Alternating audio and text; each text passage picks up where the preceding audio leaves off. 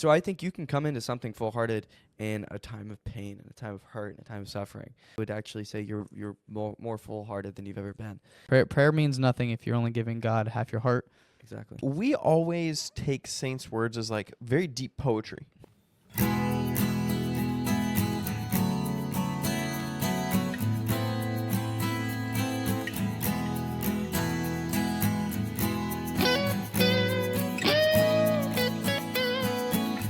Ladies and gentlemen, welcome back to the Lost Sheep Podcast. My name is Cole Bissett, and I'm joined here today by... Nazario Pangallo. and Evan Abear. that might have been the smoothest little intro there from Nazario that we've ever seen.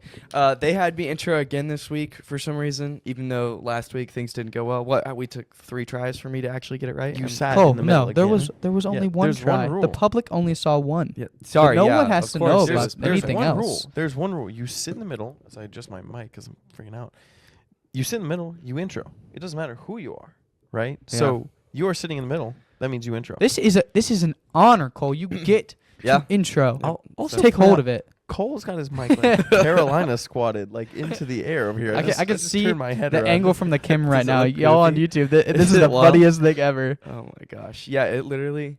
Well, I don't know what is... does y'all do the same thing where you have to like hook it under something so it doesn't tilt? No, yeah, that would be physics that we talked about last Well, yeah, week. Where it's yeah. like, you It's know, Cole. like Yours is it's 'cause leaning it's right now, so Cole. tall, and you extend it so far that it just Yeah. like it starts to droop a little bit. So Yeah, just kind of have to. But, you know, we got a good balance. Anyways, how's y'all's week been? Good? Long? Yeah, tiring? This week was a good week. We had 2 exams this week. First time I've ever had 2 exams in 1 week, guys. Come on now. They went pretty well. So I'm past Good to it, hear. and I'm very, very, very happy. I know, Cole, you as well had an exam week. So how'd that go for you? I don't even know. They went okay. Well, pretty much they're like kind of hit or miss. I have no idea. Like I felt pretty good after both of them. I don't know if like I can guarantee a good grade, but we'll see. I think today's exam was so weird. Especially as an engineer. I don't Weirder than know- yesterday? No, yesterday's was pretty weird, but today's was weird. As a you're a biology major, right? Am I crazy? I forget this all the time. Yeah. No, he has a degree in biology, actually, guys. yeah. Degree? Yeah, he has a degree in yeah. biology. But I don't know if it's the same for you or you. I would assume not. But like as Since an this engineer, was your 3rd test ever. Yeah. As an engineer, I look at question 1 on like 50% of my exams, and I'm like, nah, I'm not gonna do that right now.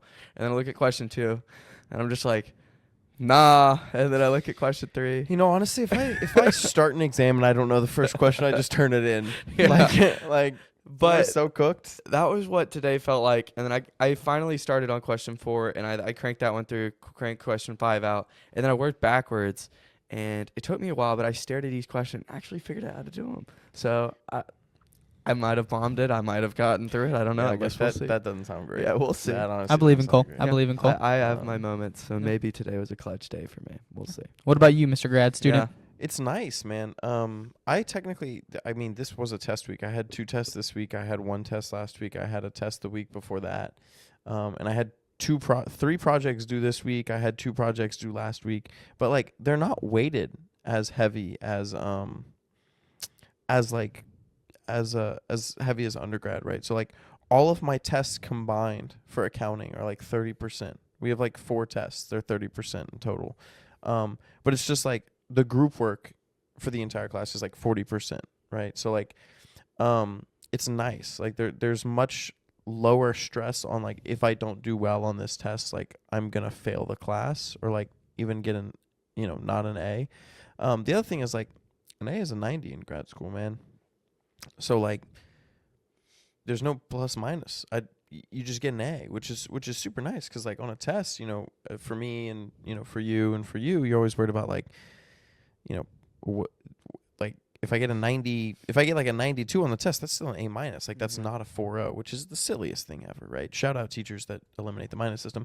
But like here, I'm like, okay, a 92, that's an A. Like it's significantly less stressful of a life when I just do that. So it's nice. So yeah, we've all had some interesting weeks, but highlight of the week, we'll just briefly mention it. Cole and I are going to Athens tomorrow. Alabama plays Georgia on Saturday night. Biggest game in college football. I don't care about what's happening up in Pennsylvania on the same night. Let me get on my soapbox here. It's absolutely heinous that College game day is going to Happy Valley. Happy Valley. What is it? It's not College Station. State College. State College. That's what it is. Stupid name. It's just ridiculous. For any Penn State or Oregon fans out there, which I would be shocked if we have one of those, comment if you are a Penn State or Oregon fan. Sorry, it's just not a bigger game right now. It's just not. It's just not. So. I sent him a message yesterday because SEC Nation's going to be there, and Luke Bryan and Jason Aldean are both going to be there. Yeah, and so is Marty's show. Marty Smith. You know Marty Smith? On SEC. Yep. Yeah. Oh, So- sick. I have no idea who that is. So yeah, maybe you can I tell love me. Marty Smith. He's the So guy. our highlights of the weekend. But ladies and gentlemen, we're going to turn to our quote.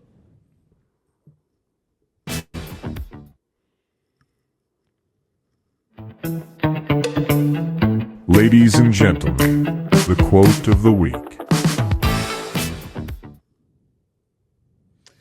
And welcome back. We are now going to go ahead and introduce our quote to you guys.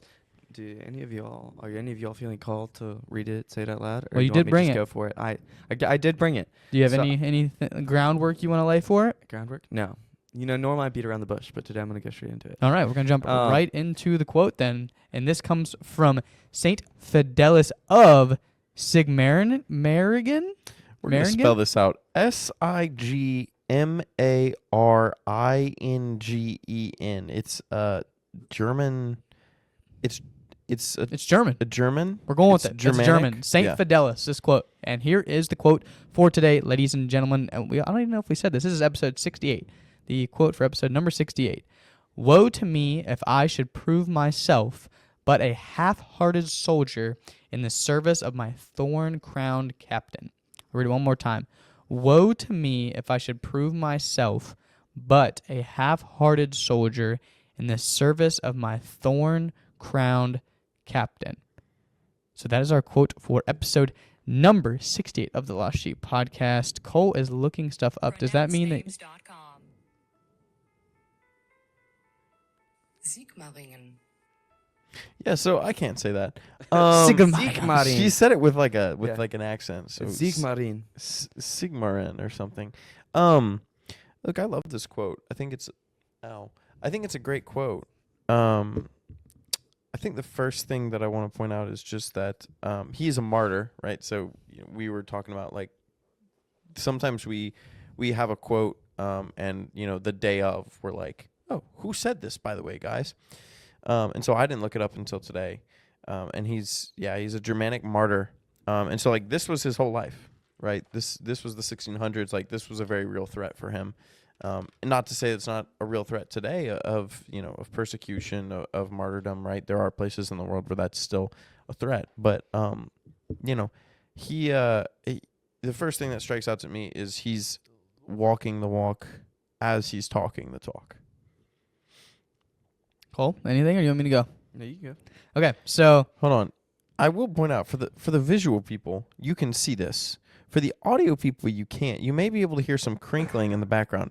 Nazario has a full sheet, an 8.5 by 11 sheet of printed out notes, and it is like I'm looking at it. It's chock full. Like It's weird. I it mean, is- just well, being guys, notes. the thing is, It is margin. he to has his margin. phone. He has his phone, and my phone's being used for the camera. My computer's being used to record everything, and I never have the notes in front of me. And so I Yeah. decided, I'm gonna print them out today. So actually, I have two things like highlighted for this quote that I like. For first This thoughts. is so cool. For first For thoughts. first thoughts, though, Yeah. for first thoughts, this is obviously probably going to be another episode on sacrifice and suffering, more than likely, depending on how we go with this thing. At least, I mean, let's be honest, there is service in this quote. So service will be brought up in some way, unless Cole just has a completely different take on this quote, which seems about right for Cole. We love when he does that. It's one of my favorite parts, when Cole turns around a quote somehow. But I think this is a very good quote for... So let me change the quote real fast. It's You're gonna my favorite thing I change the hear quote. from Cole. Yeah. I love when I do that. But my first thought would be about the half-heartedness or the quote-unquote lukewarm Christian view that this kind of quote gives us, and just talking and thinking about what does it mean to be half-hearted, what does it mean to be a lukewarm Christian. So just have those thoughts circulating in the mind, or my beginning thoughts. Yeah, for me, I guess I wasn't really. I guess going off of sacrifice, maybe that wasn't my original intention when I look at this quote. My first thought is spiritual warfare. I love when we, especially because we have this conversation so much in our podcast previously. I remember we talked about nefarious, and even with the last couple episodes, I feel like in the last one we talked about spiritual warfare. I think it becomes so much more practical when put in a way like this, because it's physically being described to us as a battle. Like, God is our captain. He's our thorn-crowned captain, ultimately sacrificing everything for us. He's putting himself on the front lines. And how do we show value to him, but to just be a half-hearted soldier behind him, not doing our duty to win this war with him? And I love the way that this whole quote is worded because, first of all, yes, woe to me, shame on me, if I prove myself to my captain to be a half-hearted soldier. Shame on me, right? What C.S. Lewis says, and I think I've brought this up to you guys before, is that it is worse to be lukewarm in your faith than to have no faith at all.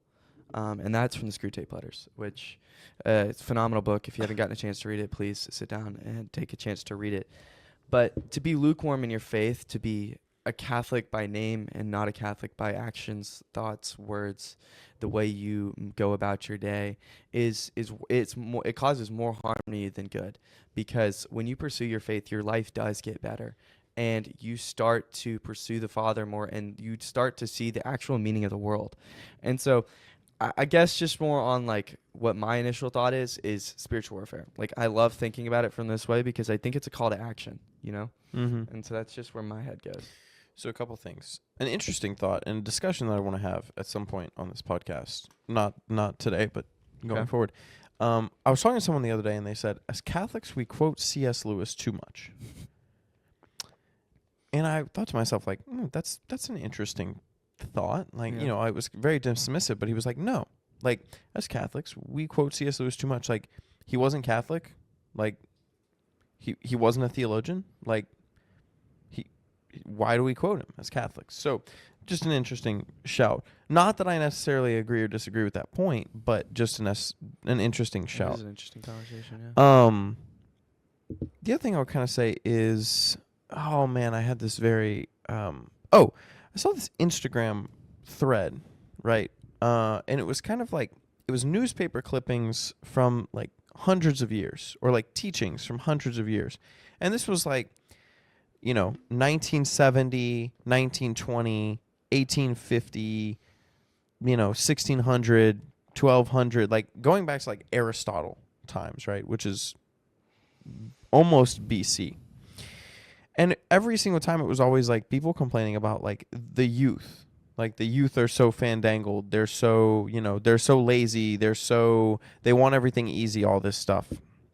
Right? And so when we talk about half-heartedness, when we talk about lukewarmness, we do have to appreciate that, like, there are some points in our lives where we do good, right? Like, there are some parts when we actively choose to not be lukewarm, but there's always going to be that, like, this group of people is so lukewarm, right? They're so terrible, they're so awful. That's always going to be a thing. And it's kind of one of those things where people talk about it because it's good to call others out, right? At the same time, like, you don't want to sound like a hypocrite and be all this, right? But I just thought it was interesting that, like, this isn't a new thing. I think a lot of times we talk about it like it's a new thing. Like, oh, the Catholics of yesteryear were, the most devout people ever. They were the greatest. And they were the best. And here we are, and he died in 1649 or something, 1675 or something like that. Here we are way back then, and he's saying, like, warning people against being half-hearted, right? Warning people against being lukewarm. So it's very interesting that the problems of today, the problems of yesterday, they're the same thing. Yeah.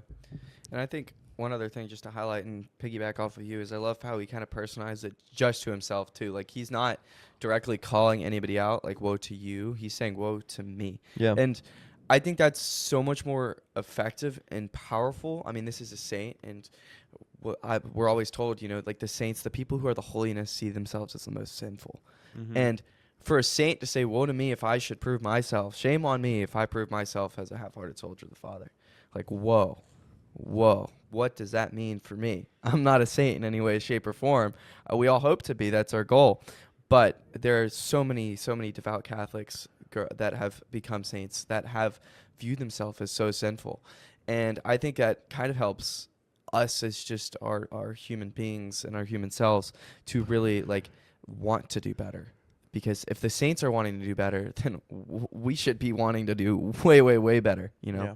And so that's just where my thought is, just to piggyback off of you on that. Also, I should point out, we're not pointing at you on Oh. video. We're not like gesticulating at you like you're lukewarm. Our board is back there with our quote on it. It's back behind the camera. So just to clear that up, in case you were feeling really singled out and vindicated, like pointing right at the camera. we're pointing right at you. So We finally got our whiteboard back. We're pretty excited about it. Cole, But I Nazario- need you to look up a definition for me since I don't really have the Wow, this resources is to do new. so. Okay. So can you look up half-hearted for me so we can dive into? You know, I'm shocked I haven't. so Yeah, of one half of the heart We're gonna is my guess. we're gonna get into it. But my quote, another quote to bring into this that I like to paint this picture for us when I'm thinking about half-hearted.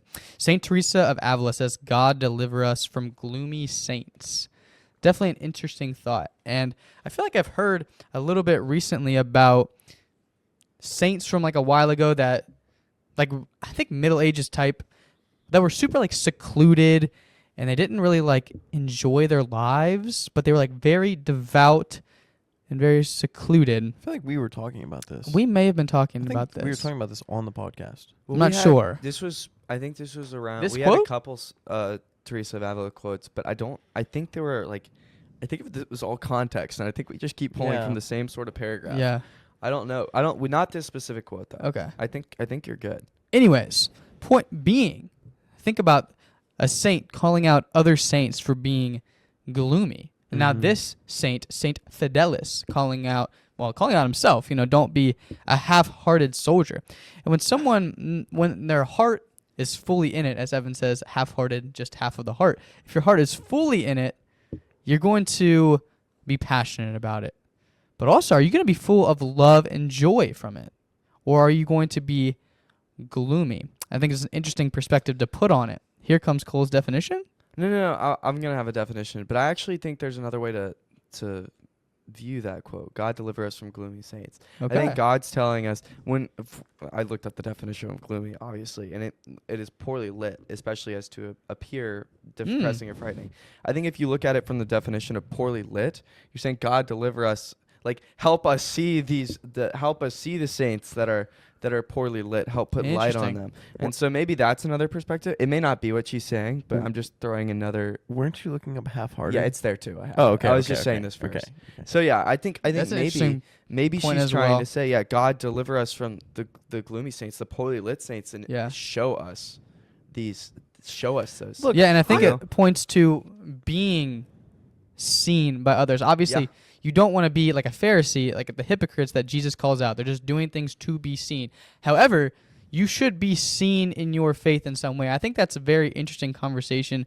I'm not sure how we could contextualize it properly. It's like, how do you be seen in your faith the right way? Because it is supposed to be spread. It is as we talked about on Monday, a salvation for all people that we talked about on Monday. I remember that in Bible study. yeah. So how do we be seen by everybody? I will say, and again, I'm not being heretical or anything here, but like we always take saints' words as like very deep poetry, right? That they like labored over these words. Like this bro was probably, he's a traveling preacher, right? So he's probably walking through the fields, hanging out with his monk buddies. He's a Capuchin. He's probably hanging out with his buddies, and he's like, woe to me if I'm a half-hearted soldier of Christ, and goes on with the conversation. And somebody was like, "Ooh, that's good. Write that down. write that down." Yeah, that's so right. true. So like, with this whole like gloomy, oh, she could mean this, oh, she could mean that. It could just be pretty surface. It could be level. something Yeah. that like she just like said one day, and then Yeah. somebody in the background was like, that's a really cool Yeah. thing, and she like never thought about it again, right? We need to find where we pulled, because we pulled all of these quotes from like there's a specific writing with everything. What's it called?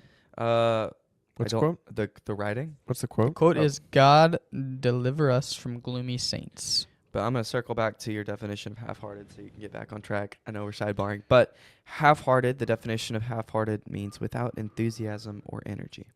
Yeah, so I'm not sure that we sidebarred that far because the point was Yeah?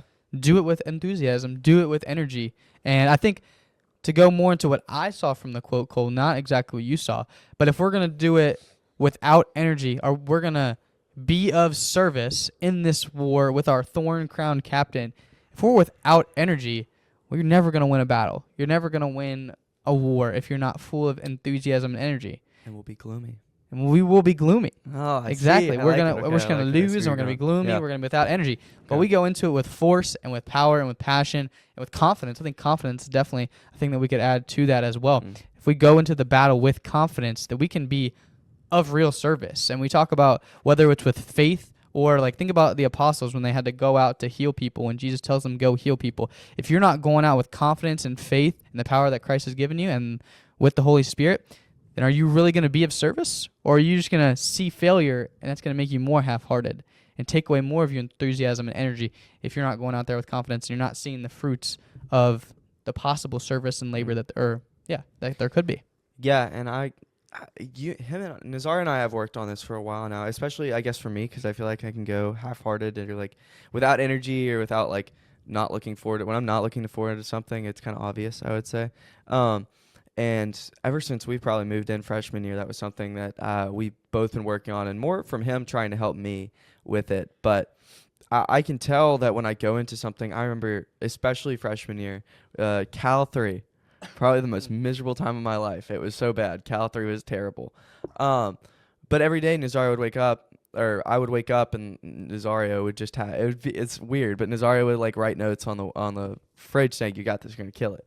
And my mindset changed slowly That's so throughout the cute. semester. It was adorable. It was so sweet. But I got to the final, and my mindset had finally changed in the final. I came in confident, and my brain didn't shut down, and it worked out great.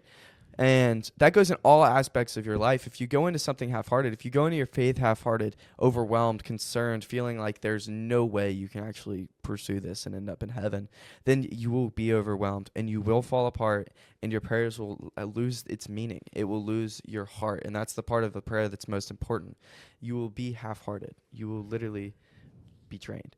Yeah. And so it's important when you're going into prayer to go into prayer with that enthusiasm, to go into prayer with that energy, because at the end of the day, what makes a prayer so important is it's your chance to physically and emotionally connect with God. And if you can't do both of those, then your prayer kind of loses a lot of its value. And so to get yourself into that mindset, don't be a half-hearted soldier. Come in with energy. Come in with confidence. God save me, and I want to be a soldier for him. I think that's one of the most challenging things because if you're raised in a way where you're positive and you're confident, then you're going to be raised that way and you're going to be okay. Yeah. And if you're raised the opposite way, those are hard roots to get out, to like work out from. And I think Cole and many people that know me, whether it's with the Reds or with really anything, that I go in with a pretty much, I'm trying to think of the word. More? The hope that I have is there may not be reasoning for it all the time. There's a word that I'm missing there. But there's not reason for the hope. Unfounded Unfounded hope. That's a good word. The Reds have no reason for to give me hope. But there is always hope. You ask anyone. My mom always says it. He always has hope. He always believes. And as Cole has seen from other examples, I always have confidence. And what I try to tell him, it's a quote from my Latin teacher in high school, quicken with confidence. You do something quicken with confidence, you have more chance of people to believe you. But it's just creating a belief and hope in yourself. And if we don't have that, we're going to be very half-hearted. But as Cole said, very hard to uproot that. And little example, this morning, I had an exam at 8 a.m. But I woke up, and I was studying before it, and I was, pumped to go into this exam. Cole, whenever he goes into an exam, to be frank, they're much harder. But he goes in a lot more depressed. And I remember my senior year of high school, I woke up early for this ACT test, last one I was going to take. And I come in, and I'm about to play a football game. That's how excited I am for this test. Because I've prepared for it. I was like, I am going to get this score. I am so ready for this. And then people come in and golly, I don't want to be here right now. Like, I can't wait for this to be over. And I'm like giddy over there, like I'm on caffeine. And so like, just how different that is to be prepared in that way, to go in with that mindset. And definitely a hard thing to uproot if you haven't grown up with that. But like, it's so key to everything you do in life. For sure. You saw they won. I watched it, of course. Okay, good. The Astros Home run robbery. The Astros are Let's go. currently winning, so they're reversing their. The Reds won today? Home run robbery in the 9th inning to win. Did the Mets lose? Yeah. They play later. The Mets play So- later. They will lose, though. This is Cubbies, baby. possible. Cubbies got me. Yeah, the Astros are doing their best To choke. to fail out of the playoffs, but we're winning against the A's tonight, and the red hot. Never thought I'd say this in my life. The red hot, what is known as the Cleveland Indians, are winning games Canceled. for the first time in career history. You know they were in the ALCS last year, actually. Well, okay, yes, but in recent years they haven't exactly been a winning program. Let's just say They Huh? have. They have. the They- Indians. The Cleveland Guardians have been like the AL Central team like the last decade. But- it's okay. They haven't won pennants. Well, they made the World Series in 2016. They've been That's a in good the bit. playoffs most of the time, and they were in the ALCS last They year. made the anyway They lost. Yeah. The Cubs broke their 103-year drought against the Indians. against the Indians. The Indians were up 3-1 in that series. Should have I don't won the remember World that being Series. The Indians. That's Their- a crazy I believe stat. their World Series drought is the longest now, if I'm not so mistaken. yeah, they're not exactly a winning program. But they win but- ball games, don't win championships. Anyway. Hey, gotta win championships. Hey, I think the last thing I kind of want to touch on is just like, it's also calling yourself out a little bit. I don't know if we touch on this as often, but like, you can be positive, you can be like, you can have all this external noise, but that internal noise has to come from somewhere too, right? And you have to derive that from some place, right? And naturally, I mean, we should be pulling from like our desire to want to be with Christ, But like we talk about, there's going to be periods of spiritual desolation. There's going to be periods where like life stinks and everything is hard. And so like those are the times where we really have to draw on like our teachings, our habits, our prayer, and just, stick it through the mud. Because there's no words that can be like, hey, yeah, it's going to be okay. Like, 'cause it stinks in that time. So there's some sort of internal locus that needs to be triggered at some points in your faith life as well. And I really want to piggyback off of that too. When we're looking at Halfhearted as well, I think we're getting I think we're kind of, I think this happens a lot of time in society, in the world, that we look at like what the opposite, full-hearted. I think when we come into something full-hearted, we think, oh, happy, joyful, confident, like all these things. I think there's also confidence in coming in to like going to adoration, seeing our captain, our thorn-crowned captain, and sobbing and being in a place of full confidence of, I need you, God, right now, and I'm going to give it all to you. And so I think you can come into something full-hearted in a time of pain, in a time of hurt, in a time of suffering, and offered it up to God. And you may not come out, you may not be the most joyful person in the world, but your confidence is that you are offering this for God. And so it may be a different form of confidence, but I think there's a couple ways to interpret that in this quote particularly, right? Like when you are hurting, when you are suffering, when you are in pain, when you're confused, lost, bring it to the Father. And you're actually not half-hearted by doing that. I would actually say you're more full-hearted than you've ever been. And I think that's a way to get closer to God, especially because, like I said, you have the physical aspect of prayer, which is just posture, and then your emotional aspect, which is like your personal, like your emotion, your soul, your heart. And it doesn't matter, when you connect the two, your prayer becomes a whole lot more meaningful. Yeah. So yeah, Prayer means nothing if you're only giving God half your heart. exactly. If you give him your whole heart, doesn't matter if that's a sad heart, a happy heart, Mm-hmm. giving the whole heart to finish off our full-hearted aspect. And we're going to move on to our next section.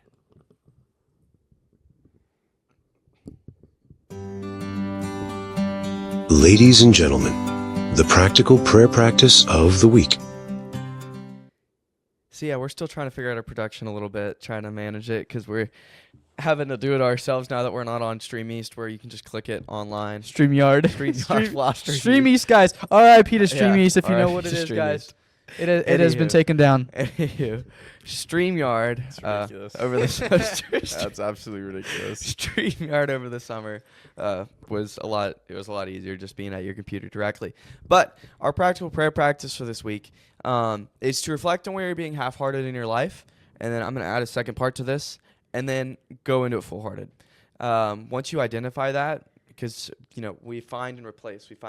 It's the best way to just improve something, manage something, faster something. Prune and anything. add. Yeah, prune and add.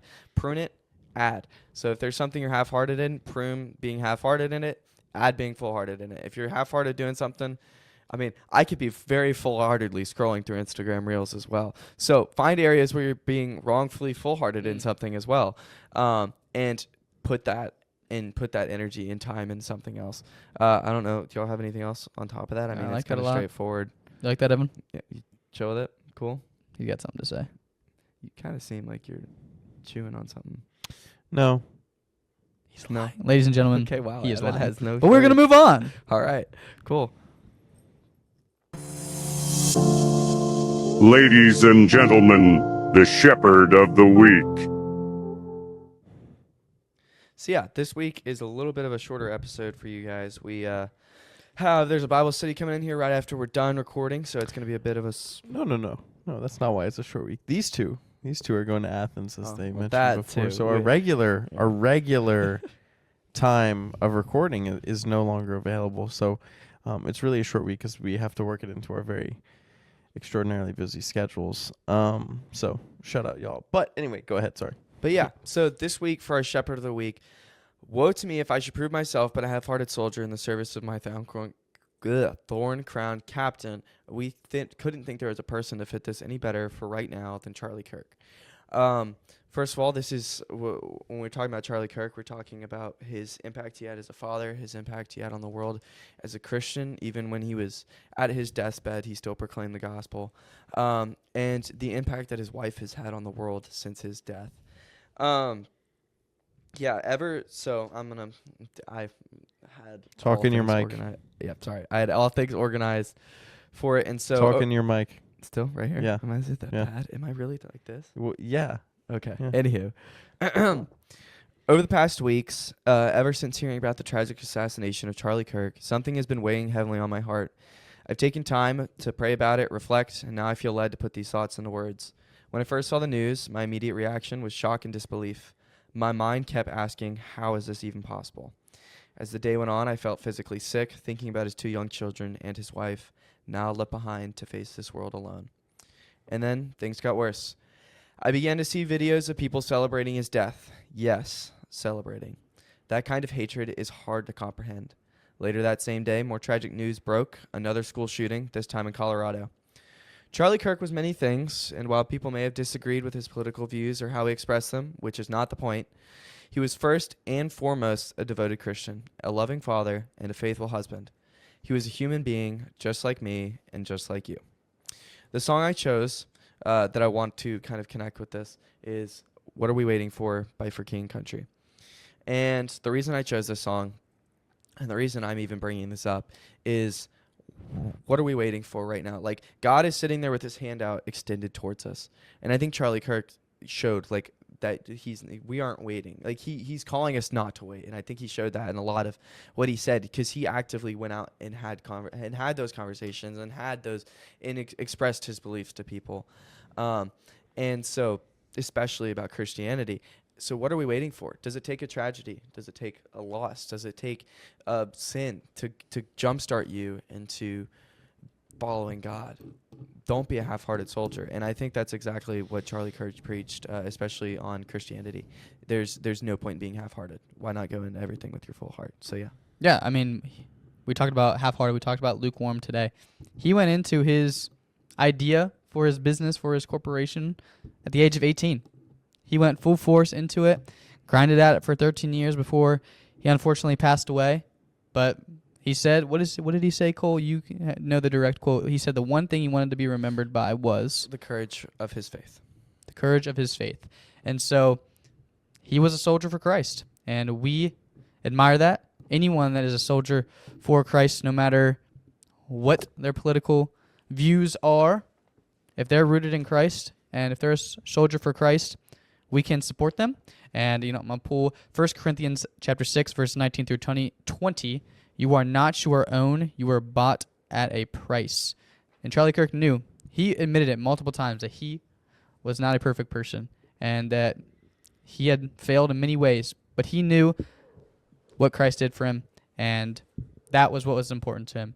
And to spread the love of Christ and the love of Christ's suffering and resurrection and what he did for us. So, yeah, credit to him for, it was his own way. And we all have our own way of spreading the gospel. And Charlie Kirk definitely did it in his own way. And I don't think the three of us are meant to do that. But we can, carry on sharing the gospel. So I'll say, and this is something y'all don't know, and we do, right? But I think a lot of times I'll strike down Shepherd of the Weeks if I feel like it's going to be Too political. Yeah, too political. And so Evan is not a political guy, guys. y'all wanted to do this one like the week after he died, or like I think it was like a day after. It was the day after. It was he the died. day after. And I kind of like I came to them and they were like, let's do Charlie Kirk, and I was like, all right, hold on, like let's slow down, like really, it's everything's really hot, like let's calm down. And so one thing I'll kind of say is,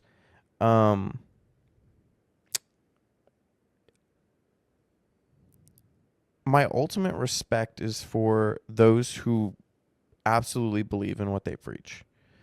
And don't take this to mean like I disagreed with Charlie Kirk, because I think he said a lot of great stuff, right? I think he was often an insightful figure, right? I mean, that was kind of his shtick. But like those people who stand up for what they believe, who say what they believe, no matter what, I really respect that a lot. And I think there's people on this earth who do that by just yelling. And I never found that, he's going to defend his point, but I never found that he was I'm going to yell louder than you person. He wanted a logical explanation for everything. I think that was the biggest thing that I always appreciated. And so, whatever your belief system is, whatever your political system is, whatever your